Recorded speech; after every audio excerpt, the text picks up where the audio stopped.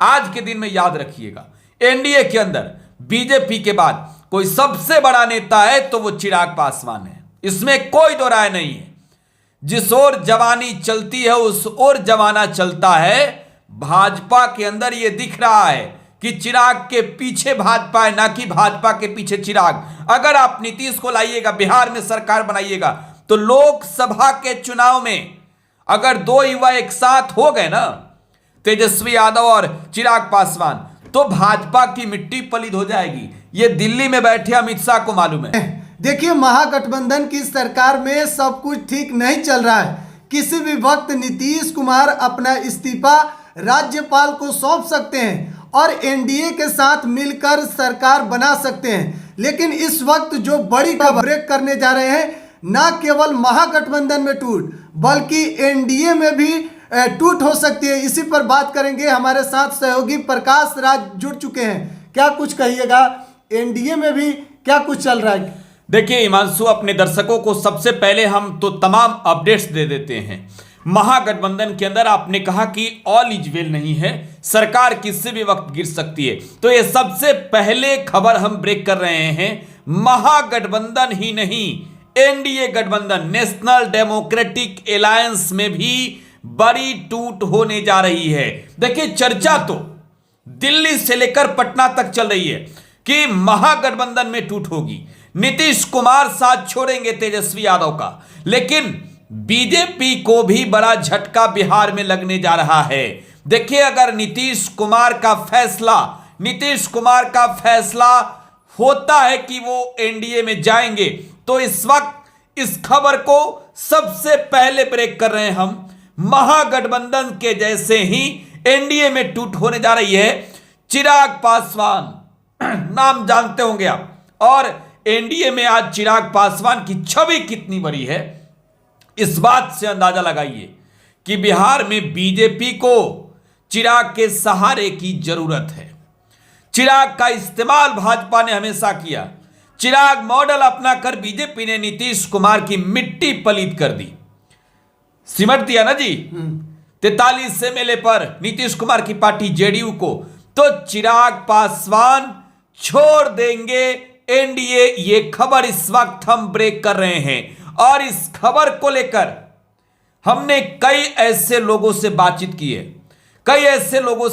की है जो चिराग पासवान के फैसले पर लगातार निगाहें बनाए हुए हैं, करीब से नजर बनाए हुए हैं। और उनका साफ तौर पर कहना है कि अगर बीजेपी ने नीतीश कुमार की वापसी कराई, अगर भाजपा ने बिहार में नीतीश कुमार की वापसी कराई, तो चिराग पासवान सबसे पहले एनडीए छोड़कर आउट होंगे। अच्छा, चिराग पासवान एनडीए अगर छोड़ते हैं तो फिर किसके साथ जाएंगे? तेजस्वी प्रसाद यादव के साथ जा सकते हैं? यह बहुत बड़ा सवाल आपने पूछा मेरे से। देखिए, आपको 2020 का चुनाव याद होगा, चिराग पासवान थे तब भी। वहीं चिराग पासवान, रामविलास पासवान जीवित थे, बिहार में चुनाव हो रहा था और एनडीए के साथ थे। प्रत्यक्ष तौर पर नहीं बल्कि अप्रत्यक्ष तौर पर नीतीश कुमार एनडीए के साथ थे। नीतीश कुमार ने बिहार में जहां जहां चुनाव लड़ा, जहां जहां नीतीश कुमार ने अपने कैंडिडेट उतारे, तमाम जगहों पर चिराग पासवान ने अपना कैंडिडेट छोड़ दिया। चिराग पासवान तब लोक जनशक्ति पार्टी के नेता हुआ करते थे, रामविलास पासवान जीवित थे और यह कहा गया कि हर फैसले में रामविलास पासवान की सहमति है। तो चिराग पासवान ने नीतीश कुमार के खिलाफ अप्रत्यक्ष तौर पर एनडीए में ना रहते हुए, उस वक्त भी चिराग पासवान ने यह क्लियर नहीं किया था कि वो तेजस्वी यादव के साथ जाएंगे। लेकिन चिराग पासवान ने बिहार में 180 सीटों पर चुनाव लड़ने की तैयारी करी। लेकिन जहां जहां नीतीश कुमार की पार्टी जेडीयू चुनाव लड़ी, वहां चिराग पासवान ने अपने कैंडिडेट उतारे। एक सीट चिराग पासवान की पार्टी चुनाव जीती भी, साहबपुर कमाल सीट है जहां से राजकुमार सिंह चुनाव जीते, बेगूसराय का वो सीट है।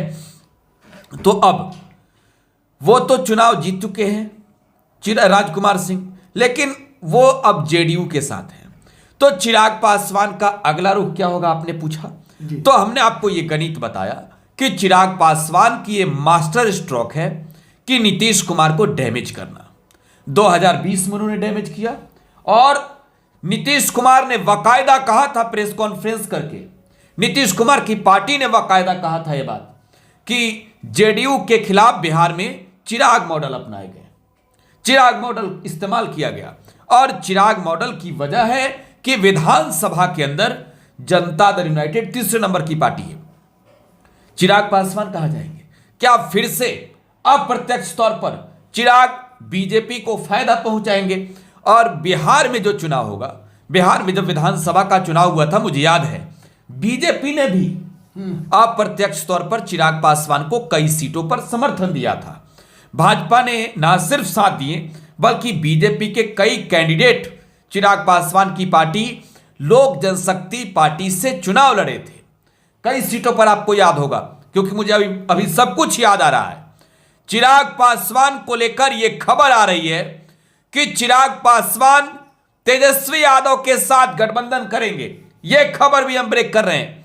चिराग पासवान बिहार में लालू यादव के साथ गठबंधन करेंगे और भले महागठबंधन की सरकार पर चिराग पासवान ने प्रहार किए हो, लेकिन आपको इतना याद होगा कि लालू यादव का आशीर्वाद से लेकर तेजस्वी यादव जो उनके छोटे भाई के समान है, स्नेह चिराग पासवान लेते रहे हैं। अब आपका यह सवाल होगा कि अरे भाई अब चिराग पासवान क्या जाएंगे? तो हां जाएंगे। लालू यादव क्या स्वीकार करेंगे? तो करेंगे। अब क्यों करेंगे, इस गणित को भी समझ लीजिए।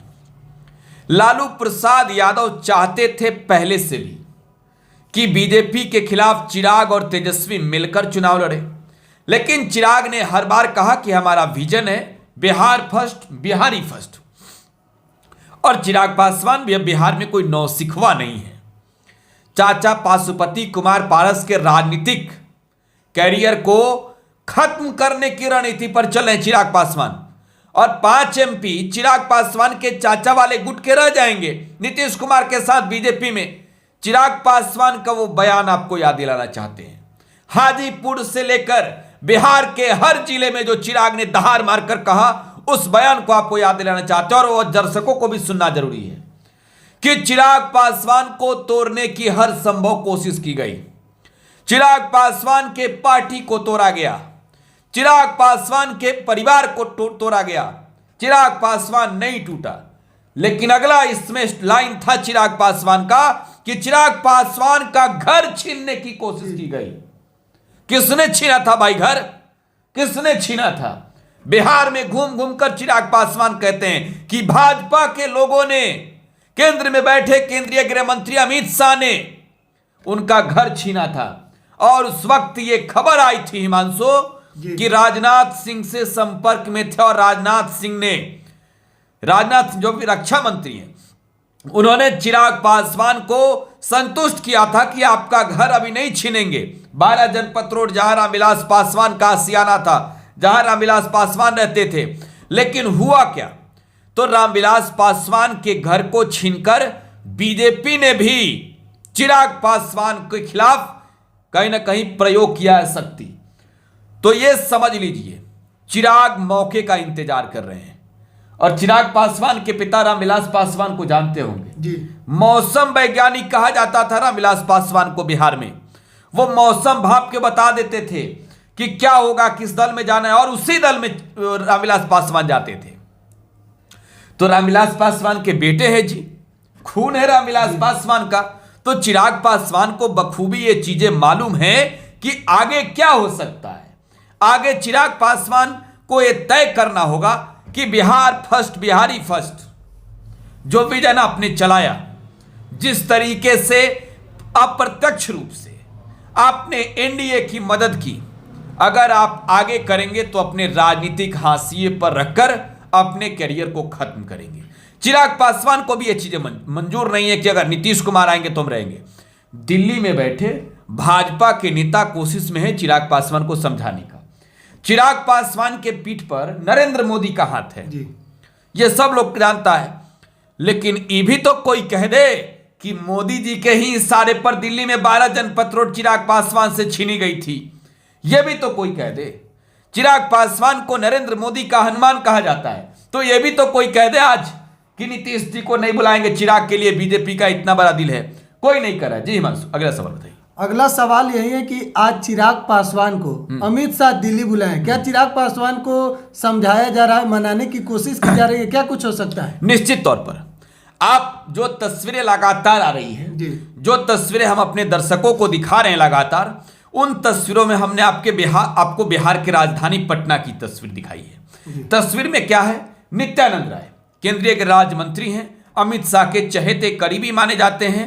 वो कल ही रात मुलाकात करने पहुंचे थे जीतन राम मांझी से, और उनकी मुलाकात जीतन राम मांझी से हुई थी।